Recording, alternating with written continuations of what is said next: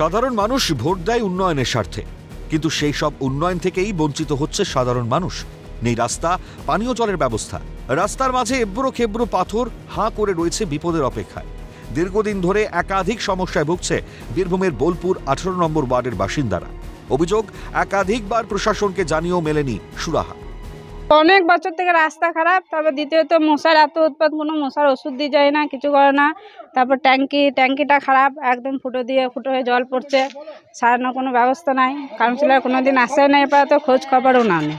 ওইখানে সামারসাল আছে, তো অত দূর আমরা যাই জল আনতে। ট্যাঙ্কি ফেটে গিয়েছে, আজ হয়ে গেল 2 বছর। না, রাস্তাঘাটে আবার আমাদের ওই রাস্তাতে জল দুনিয়ার জমে যায়, ওই কাদাতে আসা যাওয়া করি আমরা।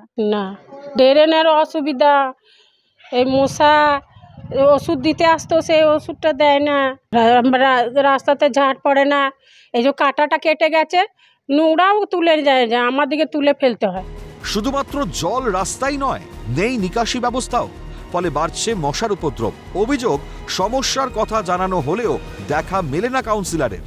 এখানে যে আমাদের কমিউনিটি হলে পার্টির লোকগুলোকে ওনাদেরকে জানানো হয়েছিল, ওনারা বলেছিলেন দেবো, প্রায় 1 বছর আগে বলেছিল যে পুজোর সময় দেবো। কত পুজো পেরিয়ে গেল, এখনও দেন। ভোটের সময় ভোট দেওয়ার জন্য বলতে আসে শুধু মহিলারা, কাউন্সিলর তো নিজে আসে না, লোক পাঠায় না। কিছুই হচ্ছে না, আমাদের রাস্তাঘাট ঠিক নেই, জলের ঠিক নেই, ঘর বাড়ির ঠিক নেই, কোনো কিছু ঠিক নেই। কাউন্সিলরকে ডেকে পাঠালে আসে না। আমরা বুঝতে পারছি যে এখন সমস্ত কাজ বন্ধ, ওদের যে এখন ঘরে ঘরে ঘন্টা বাজাতে আসে মানে ভোটের লোভে। আরো 4.5 বছর আগে কি করছিল?